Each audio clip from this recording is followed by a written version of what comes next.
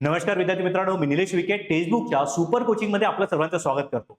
मित्रांनो, रविवारी GS4 म्हणजे सामान्य अध्ययन 4 चा नीतिशास्त्र इथिक्सचा पेपर आटोपला.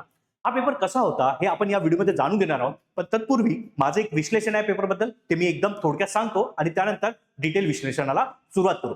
पेपर जर तसा बघितला तर सिलेबसला घेऊनच होता. 2-3 असे प्रश्न होते जे कदाचित विद्यार्थ्यांना जमलेले नसणार आहेत, कारण त्याबद्दल जर माहिती असेल तरच विद्यार्थी ते प्रश्न सोल्व्ह करू शकतात. पण ओव्हरऑल जर बघितलं तर पेपर अगदी सोपी होता, सिलेबसला धरून होता आणि विद्यार्थ्यांना ज्यांना उत्सुकता होती की बाबा राज्यसेवा एक्झॅक्टली इथिक्स नीतिशास्त्र या पेपरमध्ये काय विचारेल, त्यांना कळालेल्या गोष्टी की का गोष्टी विचारल्या जाणार. लेवल युपीएससीच्या लेवलला होती का? तर अगदी नाही. कारण काय, युपीएससीची जी लेवल आहे ती खूप वर आहे आणि आता सध्या तरी एमपीएससी राज्यसेवेमध्ये लेवल ही मी म्हणतो की खूप सोपी विचारला गेलेली आहे. पण पेपरमध्ये राज्यसेवेने म्हणजे आयोगाने राज्यसेवेच्या पेपरमध्ये आपलं एक वेगळेपण मेंटेन केलेलं आहे. ते युपीएससी सिव्हिल सर्व्हिस एक्झाम पेक्षा थोडं वेगळं आहे. काय आहे ते मी तुम्हाला समजून सांगतो. पण पूर्वी तुम्हाला एक सिलेबसचं एक चॅप्टर्स आहे किंवा घटक आहे ते समजून घेणे महत्वाचं आहे. तर आपल्याला जो काही एक सिलेबस दिलेला आहे राज्यसेवेसाठीचा, म्हणजे आयोगाने दिलेला राज्यसेवेसाठीचा जो सिलेबस आहे एथिक्सचा, तो मी या 7 घटकांमध्ये डिवाइड करू शकतो. कारण ते घटक वाईज आपल्याला तसे तर दिलेले आहेत गोष्टी. मग हे प्रकरण तुम्ही म्हणा किंवा त्याला घटक म्हणा, तर असे आपले 7 घटक आहे आणि त्यानंतर आपल्याला घटना अभ्यास म्हणजे केस स्टडीज या विचारल्या जातील असेही आपल्याला सांगितण्यात आलेलं आहे. मग अशा याच्यात कुठल्या घटकांवर किती प्रश्न विचारला गेले ते समजणे अगदी महत्वाचं आहे. कारण पुढे याच अॅनालिसिसचा घेऊन मग तुमचा अभ्यास खूप सोपी होऊन जाणार. काय काय आहे बघा. तर याला मी वेटेज वाईज जर बघितलं तर सर्वात जास्त जर प्रश्न कोणत्या सेक्शनला किंवा कुठल्या घटकाला विचारला गेलेले आहे ते म्हणजे काय, नीतिशास्त्र व मानवी परस्परभिमुखता. चॅप्टर 1 म्हणू शकतो, प्रकरण 1 म्हणू शकतो त्याला आपण. तर नीतिशास्त्र मानवी परस्परभिमुखता याला एकूण 4 प्रश्न विचारला गेले. पण त्यापेक्षा आणखी 2 एक वेगळे प्रश्न विचारले गेलेले आहे. ते कसे मी तुम्हाला समजून सांगतो. पण सध्या तरी इथे तुम्ही सेक्शन ए च्या अंतर्गत 4 प्रश्न या घटकाला बघू शकता. पण सेक्शन बी मध्ये 2 प्रश्न हे नीतिशास्त्र व मानवी परस्परभिमुखता यावर येतात. आता सेक्शन बी म्हणजे काय, सेक्शन बी तसं जर बघितलंय तर आपल्याला युपीएससी सिव्हिल सर्व्हिस एक्झामिनेशन मध्ये तसंच आयोगाने जे काही आपल्याला एक म्हणतो की पॅटर्न दिलेला आहे त्यानुसार आपल्याला सांगण्यात आलं होतं की सेक्शन बी मध्ये 6 असे प्रश्न राहतील, ते केस स्टडीचे असतील. म्हणजेच बेसिकली केस स्टडीवर 6 प्रश्न विचारणे हे अपेक्षित होतं.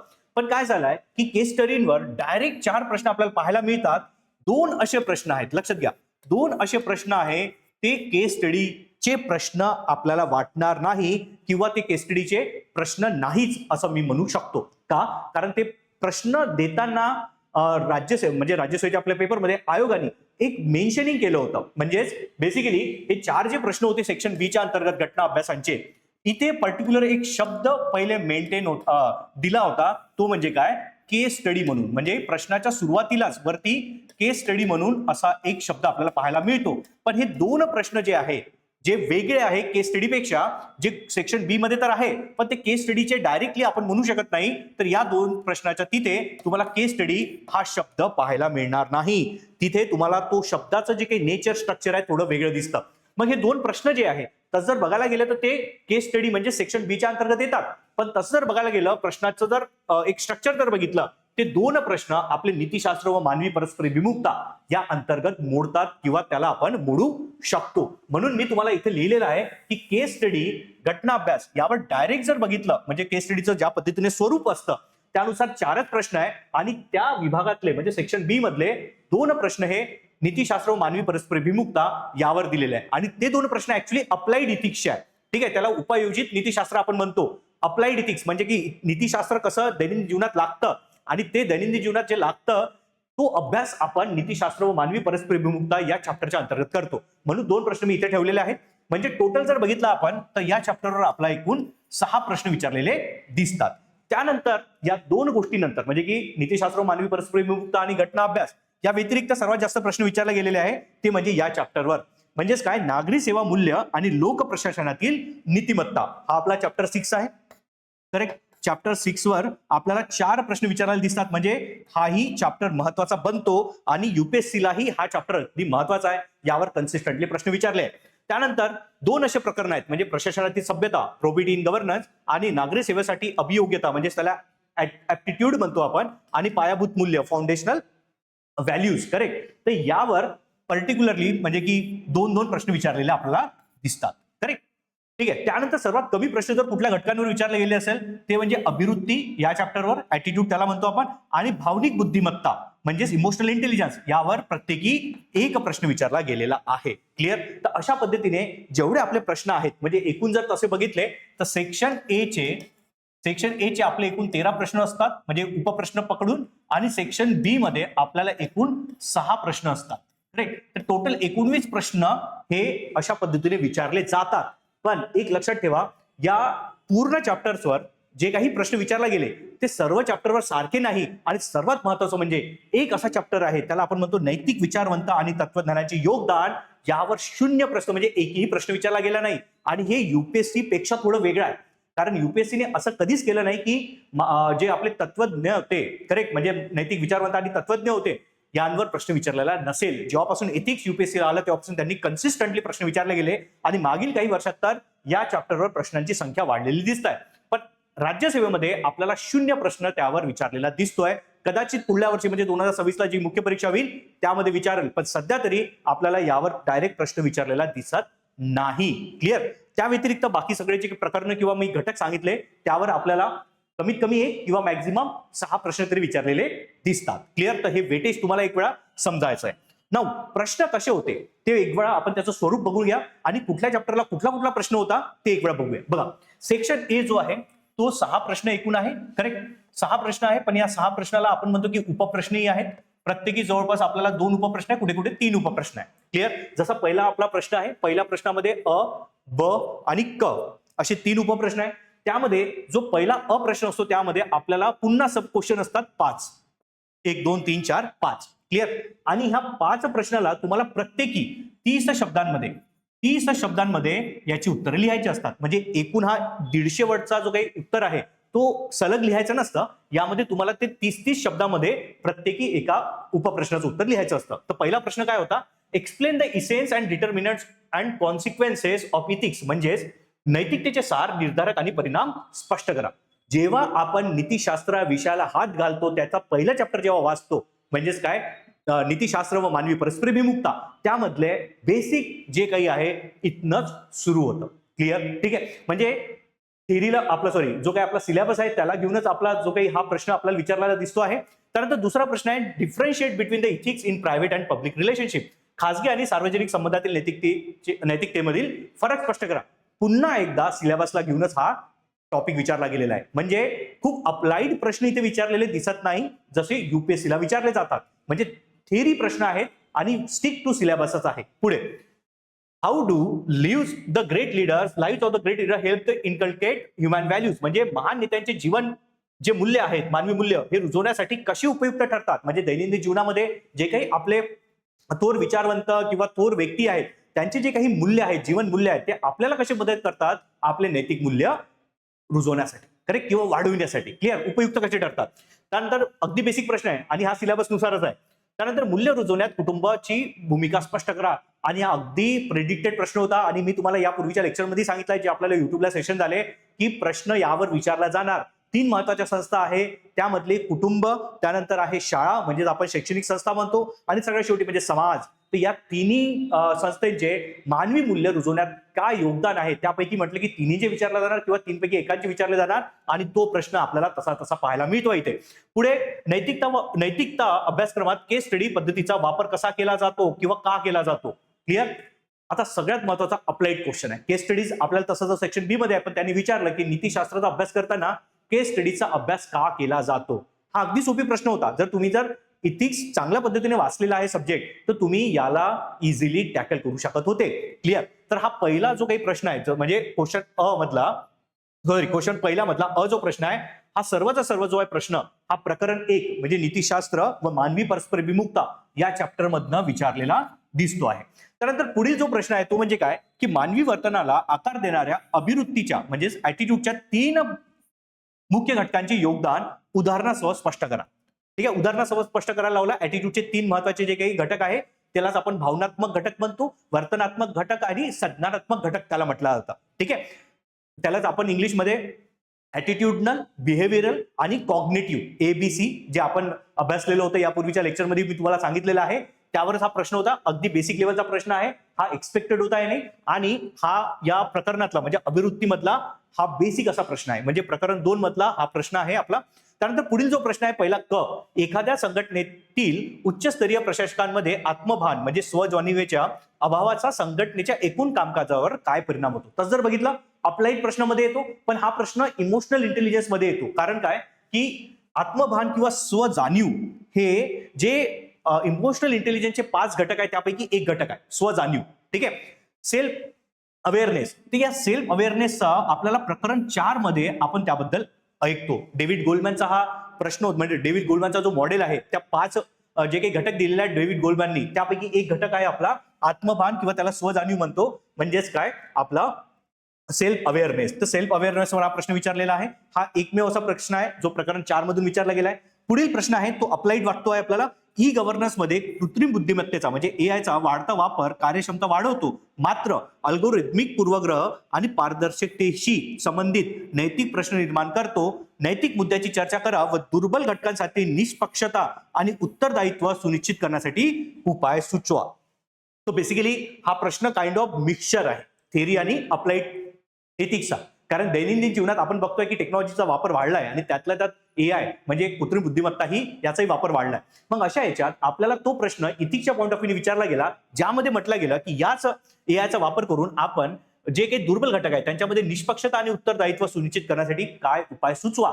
तर आता हा जो काही उत्तरदायित्व किंवा आपण म्हणतो की निष्पक्षता हे जे काही वर्ड्स आहे हे आपण अभ्यासतो प्रकरण 3 मध्ये. त्यालाच म्हटलं आता नागरी सेवेसाठीची अभियोग्यता आणि पायाभूत मूल्य. करेक्ट. तर हा प्रश्न जो आलेला आहे तो म्हणजे प्रकरण 3 मधनं आलेला आहे. त्यानंतर पुढील जो प्रश्न आहे तो प्रश्न ही अप्लाइडच होता, जी सोशल मीडियाच्या युगात द्वेषपूर्ण भाषण व चुकीची माहिती सामाजिक सलोख्यावर परिणाम करू शकतो. लोकशाही समाजात अभिव्यक्ती स्वातंत्र्य आणि सामाजिक सलोखा यांचा समतोल साधताना नैतिक आव्हानांची चर्चा करा. म्हणजेच अभिव्यक्ती स्वातंत्र्याविषयी हा प्रश्न दिला गेलेला आहे, पण त्यांनी म्हटलं आहे की अभिव्यक्ती स्वातंत्र्य आणि सामाजिक सलोखा यांचा समतोल साधताना येणाऱ्या नैतिक आव्हानांचा चर्चा करा. तर आपण ऍक्च्युली हा प्रश्न प्रकरण 1 मध्ये घेऊ शकतो नीतिशास्त्र व मानवी परस्पर विमुक्ता. कारण अप्लाइड इथिक्स उपायोजित नीतिशास्त्र हे आपलं प्रकरण 1 म्हणजे नीतिशास्त्र व मानवी परस्पर विमुक्ता यामधला एक सब टॉपिक आहे, तो आपल्याला अभ्यासायचा असतो. तर म्हणजे हा प्रश्नही आपला अप्लाइड प्रश्नामध्ये येतोय. पुढील प्रश्न आहे की नीतिशास्त्र म्हणजे काय आणि लोकप्रशासनातील त्याचे महत्व स्पष्ट करा. लोकप्रशासन म्हणजेच त्याला आपण गव्हर्नन्स म्हणू शकतो. ठीक आहे, तर पब्लिक गव्हर्नन्स. तर मग अशा याच्यात पब्लिक ऍडमिनिस्ट्रेशन. तर अशा याच्यात हा प्रश्न आपला बनून जातो प्रकरण 6 नागरी सेवा मूल्य आणि लोकप्रशासनातील नीतिमत्ता यामध्ये. करेक्ट. कारण बेसिक पहिले डेफिनेशन विचारला गेले नीतिशास्त्र म्हणजे काय, त्यालाच आपण म्हणतो व्हॉट इज इथिक्स, आणि लोकप्रशासनातील त्याचे महत्व विचारला गेले म्हणून हा आपण प्रकरण 6 मध्ये टाकतो, जिथे लोकप्रशासनातील नीतिमत्ता आपण अभ्यासतो. पुढील जो तिसरा मधला ब प्रश्न आहे तो म्हणजे काय, संयुक्त राष्ट्रांनी मान्यता दिलेली संरक्षणाची जबाबदारी. हा प्रश्न अतिशय महत्वाचा आहे आणि असे प्रश्न विचारले जाणार ही आपल्याला एक हिंट आहे आयोगाकडनं. काय विचारलेलं आहे, संयुक्त राष्ट्रांनी मान्यता दिलेली संरक्षणाची जबाबदारी ही संकल्पना काय आहे आणि या संकल्पनेच्या उदयामागील पार्श्वभूमी स्पष्ट करा. इंग्लिशमध्ये त्याला म्हटलं आता रिस्पॉन्सिबिलिटी टू प्रोटेक्ट. आता बघा हा प्रश्न असा होता की ज्याला रिस्पॉन्सिबिलिटी टू प्रोटेक्ट याबद्दलची माहिती असेल तो हा प्रश्न लिहू शकला.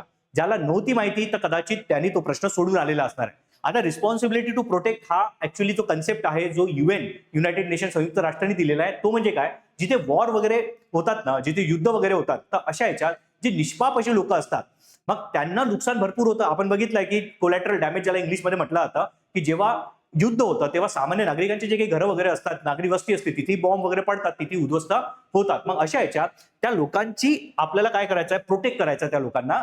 हा कन्सेप्ट ऍक्च्युअली म्हटलं जातं त्याला रिस्पॉन्सिबिलिटी टू प्रोटेक्ट, त्यालाच ऍक्च्युअली R2P म्हटलं जातं. ठीक आहे, R2P रिस्पॉन्सिबिलिटी टू प्रोटेक्ट. पण याबद्दल ज्याला माहिती असेल तोच हा प्रश्न अटेम्प्ट करू शकला असणार आहे, किंवा काही विद्यार्थ्यांनी मागे पुढे काहीतरी लिहिलंय. पण हा प्रश्न आपला कशात जातो, अप्लाइड मध्ये जातो. पण मी जर तुम्हाला जर म्हटलं अप्लाइड मध्ये जातो म्हणून प्रकरण 1 नीतिशास्त्र व मानवी परस्पर विमुक्ता यामध्ये तो मोडतो. क्लिअर, लक्षात घ्या. अप्लाइड इथिक्स पुन्हा एकदा आपल्याला कुठे येतं तर प्रकरण 1 मध्ये येतं, त्याला उपायोजित नीतिशास्त्र असं आपण म्हणतो. पुढील चौथा जो प्रश्न आहे तो म्हणजे काय, की explain the ethics of Antyodaya म्हणजे emancipation of a last man which is advocated in a integral humanism. ठीक आहे, यामध्ये ऍक्च्युली हा प्रकरण 6 मध्ये जाणार लोकप्रशासनातील नीतिमत्ता. त्यामध्ये आपल्याला अंत्योदय. अंत्योदय म्हणजे काय, की शेवटचा जो व्यक्ती आहे, जो गरीबातला गरीब असेल, त्याचं कसं भलं होईल बाबा, करेक्ट, त्याचा उद्धार कसा होईल, असा हा प्रश्न होता. तो आपला या प्रकरणामध्ये मोडतो अंत्योदय. पण हाही अप्लाइड असा आहे, कारण अंत्योदया वगैरे आपली जी स्कीम आहे किंवा गव्हर्नमेंटने राबवलेले एक जे काही आपण म्हणतो की स्कीम आहे किंवा ती एक सेवा आहे, तर त्या अंतर्गत आपल्याला इथिक्सच्या पॉईंट ऑफ व्ह्यू तो विचारला गेलेला आहे. पुढे, उपयुक्ततावादी नीतिशास्त्राचा न्याय संकल्पनेशी असलेला संबंध चिकित्सकरित्या स्पष्ट करा. उपयुक्ततावादी नीतिशास्त्र, त्यालाच आपण उपायोजित नीतिशास्त्रही म्हणतो. Critically explain the relationship between the utilitarianism किंवा कन्सेप्ट ऑफ जस्टिस. क्लिअर. तर हा प्रकरण 1 मध्ये येतो, कारण बेसिक लेवलचं जे काही थेरीज आहे हे आपण प्रकरण 1 मध्ये अभ्यासतो. नीतिशास्त्र व मानवी परस्पर विमुक्ता, यावरनं तुम्हाला कळत असेल की जो पहिला चॅप्टर आहे, जो फाउंडेशन आहे आपल्या नीतिशास्त्राचा, त्यावर सलग प्रश्न विचारलेले दिसत आहे प्रकरण 1. म्हणून तुम्हाला याच्या आधी प्रकरण 1 वर दाखवले प्रश्न किती आहे, तसं जर बघितलं टोटल 6 प्रश्न विचारला गेलेले आहे. पुढील प्रश्न आहे तो म्हणजे काय, प्रश्न क्रमांक अ. प्रशासनाच्या प्रक्रियेत नैतिक मूल्यांना बळकटी देण्यासाठी सर्वसाधारणपणे अवलंबली जाणारी धोरणे स्पष्ट करा. ठीक आहे. आता हा प्रश्न जर बघितला तुम्हाला अप्लाइड वाटेल, पण जेव्हा आपण प्रकरण 6 अभ्यासतो, नागरी सेवा मूल्य आणि रोख प्रशासनाची नीतिमत्ता, त्यामध्येच या सगळ्या गोष्टी दिलेल्या आहे की नैतिक मूल्यांना बळकटी देण्यासाठी सर्वसाधारणपणे अवलंबली जाणारी विविध धोरणे स्पष्ट करा. खूप सारे अशी धोरणे आहेत जे गव्हर्नमेंट राबवतो, सो दॅट की आपलं लोक प्रशासन जे आहे त्यामधील नैतिकता आणखी वाढीस लागेल. तर हा होता प्रश्न क्रमांक 5 अ. 5 ब जो प्रश्न आहे तो म्हणजे काय, प्रशासकांना नैतिक मार्गदर्शन देऊ शकतील असे काही भारतीय कायदे स्पष्ट करा. पुन्हा एकदा थेरीमध्ये आपण ऐकतोच, जसा आरटीआय कायदा आहे, राईट टू इन्फॉर्मेशन ऍक्ट आहे, आरटीई कायदा राईट टू एज्युकेशन ऍक्ट आहे, यामध्ये किंवा मग त्या व्यतिरिक्त सिव्हिल सर्व्हिसेस ऍक्ट वगैरे आहेत. तर मग अशा अनुषंगाने हे कायदे कशा पद्धतीने प्रशासकांच्या मध्ये नैतिक मार्गदर्शन देऊ शकतात त्याबद्दल आहे. क्लिअर. तसे 3-4 असे ऍक्ट आहेत जे अतिशय महत्वाचे आहे, ज्याच्या अंतर्गत नैतिक प्रशासन आणखी कसं नैतिक बनवता येईल या संबंधित आहे. हे प्रकरण 6व्या मध्ये आपल्याला दिसेल की नागरी सेवा मूल्य आणि लोक प्रशासनाची नीतिमत्ता या चॅप्टरशी निगडीत आहे. त्यानंतर प्रश्न क्रमांक 6 अ आणि ब दोन्ही हे प्रकरण 7च्या अंतर्गत मोडतात. जसं की सध्याच्या काळात सार्वजनिक प्रशासनातील सेवा वितरणाचा दर्जा वाढवण्यासाठी कोणते विविध मार्ग आहेत. आता प्रोबिटी इन गव्हर्नन्स ज्याला आपण म्हणतो, ठीक आहे, लोक प्रशासनातील सभ्यता, यामध्ये हा टॉपिक आपल्याला जसा तसा दिलेला आहे. त्यामध्ये क्वालिटी ऑफ सर्व्हिस अशा अंतर्गत तो विचारला गेलेला आहे. तो टॉपिकच आपल्याला सब टॉपिक आणि अगदी स्टॅटिक टॉपिक आहे. क्लिअर. त्यानंतर शासकीय क्षेत्रात माहितीची देवाणघेवाण म्हणजे काय आणि तिचे उद्दिष्ट व महत्व स्पष्ट करा. हाही आपल्याला दिला गेलेला आहे, आपल्याला सिलेबसमध्ये दिलेला आहे. मी तुम्हाला त्या नोट्स दिलेल्या होत्या किंवा ऑनलाईन ज्या काही नोट्स मी तुम्हाला प्रोव्हाइड केलेल्या होत्या, त्यामध्ये आपल्याला हा प्रश्न किंवा ही इन्फॉर्मेशन जशी तशी पाहायला मिळते. तर हाही आपला जो काही प्रश्न आहे तो प्रकरण 7 प्रशासनाची सभ्यता यामधून आलेला दिसतो. क्लिअर. तर अशा पद्धतीने जो सेक्शन ए आहे त्यावर प्रश्न विचारले गेलेले आहेत. विविध असे जे काही आपले प्रकरण आहेत, पण जसं मी तुम्हाला सुरुवातीला सांगितलं की जे नैतिक विचारवंत आहे किंवा तत्वज्ञानचे जे योगदान आहे यावर एकही प्रश्न इथे पाहायला दिसत नाही. कुठला तत्वज्ञ आपल्याला यामध्ये पाहायला मिळालेला नाही. करेक्ट. जसं महात्मा गांधी झाले, स्वामी विवेकानंद झाले आहे, किंवा मग पाश्चात्यमध्ये इमॅन्युएल कांट वगैरे, ठीक आहे, जॉन रॉल्स झाले किंवा सॉक्रेटिस, प्लॅटो, यावर प्रश्न विचारला जातात युपीएससी मध्ये. पण राज्यसेवेने एकही प्रश्न विचारलेला नाही. तुम्ही तो पाहू शकत नाही. क्लिअर. त्यानंतर आता महत्वाचा म्हणजे सेक्शन बी, जिथे जो वेगळेपण आपल्या राज्यसेवेने जपला आहे, म्हणजे राज्यसेवेच्या पेपरमध्ये जपला गेलेला आहे आयोगाकडनं, ते म्हणजे काय की जसं सेक्शन बी मध्ये मी तुम्हाला सुरुवातीला सांगितलं की इथे तुम्हाला एक शब्द मेन्शन केलाय, केस स्टडी. जसं हा प्रश्न क्रमांक 7 आहे, तसं प्रश्न क्रमांक 7 ते 12 हे केस स्टडीसाठी डेडिकेटेड आहे. पण जसं मी तुम्हाला म्हटलं की केस स्टडी तसे विचारायला 6 पाहिजे होत्या, पण विचारल्या 4च, म्हणजे ऍक्च्युअली 4 विचारल्या आणि 2 प्रश्न हे आपल्याला थेरॉटिकल प्रश्न दिसतात, अप्लाइड इथिक्सच्या अंतर्गत विचारलेले दिसतात. कुठकुठल्या ते दाखवतो मी तुम्हाला, पण इथे एक शब्द मेन्शन केलेला आहे प्रत्येक वेळेस. करेक्ट. तो म्हणजे काय, केस स्टडी. केस स्टडी प्रश्न क्रमांक 7 जो आहे त्यामध्ये केस स्टडी लिहिलाय आणि खाली जर बघितलं तर हे प्रॉपर युपीएससीला जशा केस स्टडी विचारल्या जातात तशाच पद्धतीची केस स्टडीचं एक स्वरूप आपल्याला पाहायला मिळतं. क्लिअर. ठीक आहे. तर हा 7वा प्रश्न होता, केस स्टडी 1. त्यानंतर 8वा जर प्रश्न बघितला, हा प्रश्न तुम्हाला इथे कुठेच केस स्टडी मेन्शन दिसत नाही, कुठेच केस स्टडी मेन्शन दिसत नाही. तो प्रश्न जर बघितला तर थेरी सेक्शन मध्ये मोजला जाऊ शकतो. वैद्यक नीतिशास्त्राच्या आधारे वैद्यकीय पर्यटनाच्या प्रस्तावित योजना केंद्रीय अर्थसंकल्प 2026 नुसार कितपत योग्य आहे, सविस्तर चर्चा करा.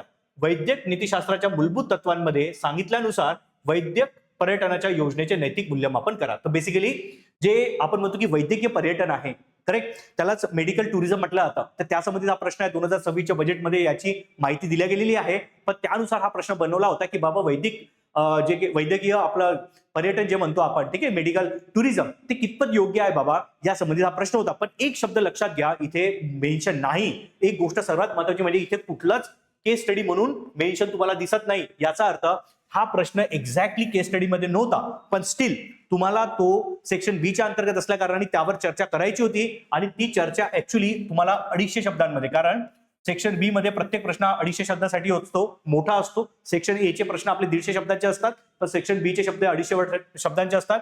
आणि प्रत्येक केस स्टडी ही आपली 20 मार्कांची असते. इथे हा प्रश्नही आपल्याला 20 मार्कांसाठी विचारला गेलेला आहे. तर चांगल्या पद्धतीने त्याचं उत्तर लिहिणे महत्वाचं होतं. म्हणजे केस स्टडी सारखंच त्यामध्ये तुम्हाला नैतिक मुद्दे काय आहेत किंवा मग इथिकल डायलेमास काय आहे, म्हणजे द्वंद्व काय, या संबंधी माहिती लिहायची होती. आता मी इथे का सुरुवातीला जेव्हा मी ते पाय डायग्राम दाखवली तेव्हा 4च केस स्टडी का लिहिल्या, 6 का लिहिल्या नाही, कारण आयोगाने आपल्याला इथे प्रत्येक केस स्टडी जेव्हा दिलेली आहे ती केस स्टडी मेन्शन केलेला आहे. क्लिअर? ठीक आहे. पुढलाही प्रश्न आहे केस स्टडीचा. पुन्हा एकदा बघा, इथे केस स्टडी लिहिलेला आहे, म्हणजे 9वा प्रश्न आपला केस स्टडीचा होता. त्यानंतर ही केस स्टडी तिसरी आहे, कारण याच्या पूर्वी ही केस स्टडी दुसरी असेल. वेट अ मिनिट, इथं 2 पाहिजेत. हे केस स्टडी नंबर 2. त्यानंतर पुढील प्रश्न आहे ते आहे केस स्टडी नंबर 3. इथे 3 पाहिजे होता. क्लिअर? तर तो काय आहे, पुन्हा एकदा बघा, इथे केस स्टडी मेन्शन केलेली आहे, म्हणजे प्रश्न क्रमांक 10 आपला काय केस स्टडी आहे. त्यानंतर पुढील 11वा प्रश्न बघा, पुन्हा एकदा बघा, हा 11वा प्रश्न पुन्हा एकदा आपल्याला केस स्टडी शब्द मेन्शन नाही आहे, पण हा क्वेश्चन सारखा आपल्याला दिसतोय, प्रश्नासारखा आहे. म्हणजे जसे सेक्शन ए ला प्रश्न विचारला जातात तसा हा प्रश्न दिसतोय की पर्यावरण नीतीशास्त्राचे प्रमुख आयाम सांगा. म्हणजे जे काही एन्व्हायरमेंटल इथिक्स असतं ना, त्याचे प्रमुख आयाम आपल्याला सांगायचे आहे. पद्मश्री क्षेत्राम पवार यांच्या कार्यात पर्यावरण नीतीशास्त्राचे नियम कसे साध्य होतात याचा नैतिक अहवाल मांडा. हा आपल्याला ना अप्लाइड क्वेश्चन म्हणून पाहता येतो. अप्लाइड इथिक्सचा प्रश्न म्हणून आपण याला पाहू शकतो. करेक्ट? करेक्ट. म्हणजेच काय की नीतीशास्त्राचे आयाम तर सांगायचे, पण त्यांनी क्षेत्राम पवार यांनी जे काही कार्य केलेलं आहे नीतीशास्त्राच्या पर्यावरणाच्या संवर्धन संदर्भात, तर त्यांनी विचारलंय की नैतिक अहवाल मांडा. क्लिअर? तर तिथे नैतिक अहवाल मांडायचा होता. क्लिअर? तर हा प्रश्नही आपल्याला इथे पाहायला मिळतो. त्यानंतर सगळ्यात शेवटची म्हणजे केस स्टडी 4 ही आपल्याला प्रश्न क्रमांक 12 मध्ये पाहायला मिळते. क्लिअर?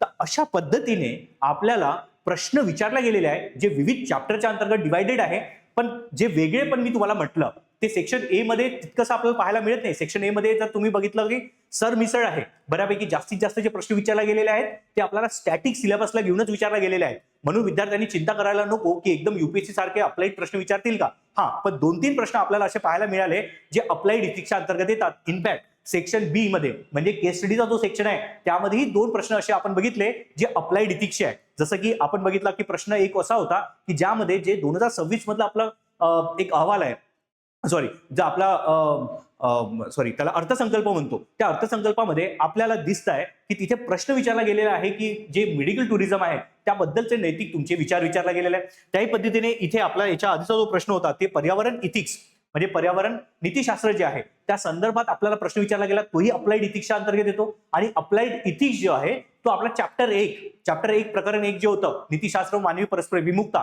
या अंतर्गत आपण अभ्यासतो. क्लिअर? तर म्हणून मी तुम्हाला तेव्हा म्हटलं होतं की सुरुवातीला आपल्याला इथे केस स्टडी तर जर बघितलं ट्रू सेन्स मध्ये, म्हणजे ज्या पद्धतीने केस स्टडी बनवलं जातं किंवा त्याचं स्ट्रक्चर असतं त्यानुसार फक्त 4च केस स्टडी आपल्याला इथे पाहायला मिळतात. पण 2 असे प्रश्न आहेत जिथे केस स्टडी हा शब्द मेन्शन होता. ते प्रश्न आपल्याला ते थेअरीचे प्रश्न वाटतात आणि हे 2 प्रश्न आपले तर जर बघितलं तर नीतीशास्त्र व मानवी परस्पर विमुक्ता या अंतर्गत येणारा जो सब टॉपिक आहे अप्लाइड इथिक्सचा, उपायोजित नीतीशास्त्र, या अंतर्गत आपण तो मोजू शकतो. म्हणून मी तुम्हाला म्हटलंय की नीतीशास्त्र व मानवी परस्पर विमुक्ता यावर टोटल 6 प्रश्न आहे.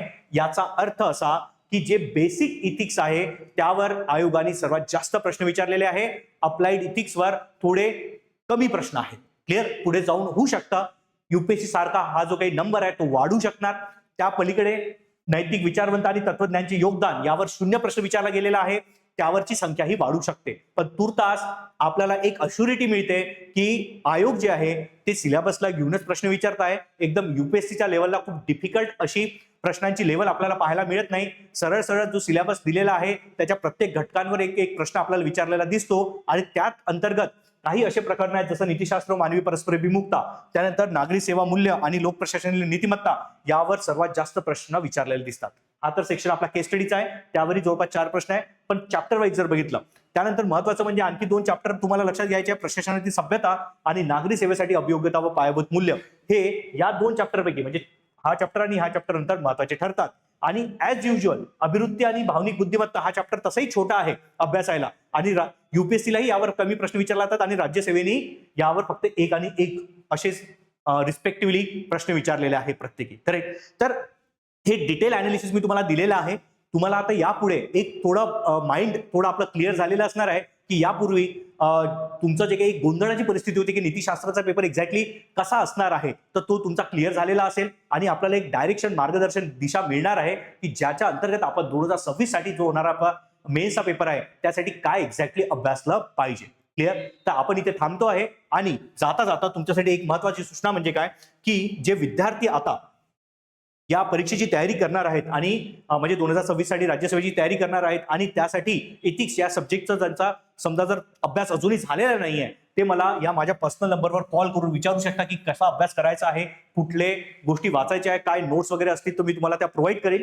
त्या संदर्भातला आपला हा टेलिग्रामचा व्हॉट्सअपचा चॅनल आहे. याला तुम्ही या QR कोडला स्कॅन करून ते चॅनल जॉईन करू शकता. त्या पलीकडे आपली बॅच लॉन्च होत आहे यशोदय 3.0. त्याला आपण integrated insight foundation batch plus advance लेवलची बॅच म्हणतो. त्यामध्ये आपले काही सुपर शिक्षक आहे ज्यांनी ऑलरेडी जे काही आपले विविध असे अधिकारी आहेत यांच्या अंतर्गतच घडलेले आहे. करेक्ट. त्यामध्ये मी तुम्हाला गाईड करणार आहे. त्यामध्ये काय काय आम्ही प्रोव्हाइड करतोय या बॅचच्या अंतर्गत 7+ अधिक व्हिडिओ कोर्सेस असणार आहे, 500+ अधिक लाईव्ह क्लासेस, 300+ अधिक अभ्यासासाठी नोट्स, 400+ अधिक मॉक टेस्ट, 3500 अधिक सराव प्रश्न आहे. आणि पुन्हा एकदा जर तुम्हाला काही डाऊट असेल तर तुम्ही माझ्या या नंबरवर कॉल करून विचारू शकता. क्लिअर. तर आपण इथे थांबतोय विद्यार्थी मित्रांनो. तुम्हाला नक्कीच या गोष्टीचा फायदा झालेला असेल आणि तुमचा थोडा एक दिशा क्लिअर झालेली असेल की तुम्हाला इथिक्स म्हणजे नीतिशास्त्र या विषयाला कसं बघायचं आहे आणि कसा त्याचा अभ्यास करायचा आहे. Thank you very much.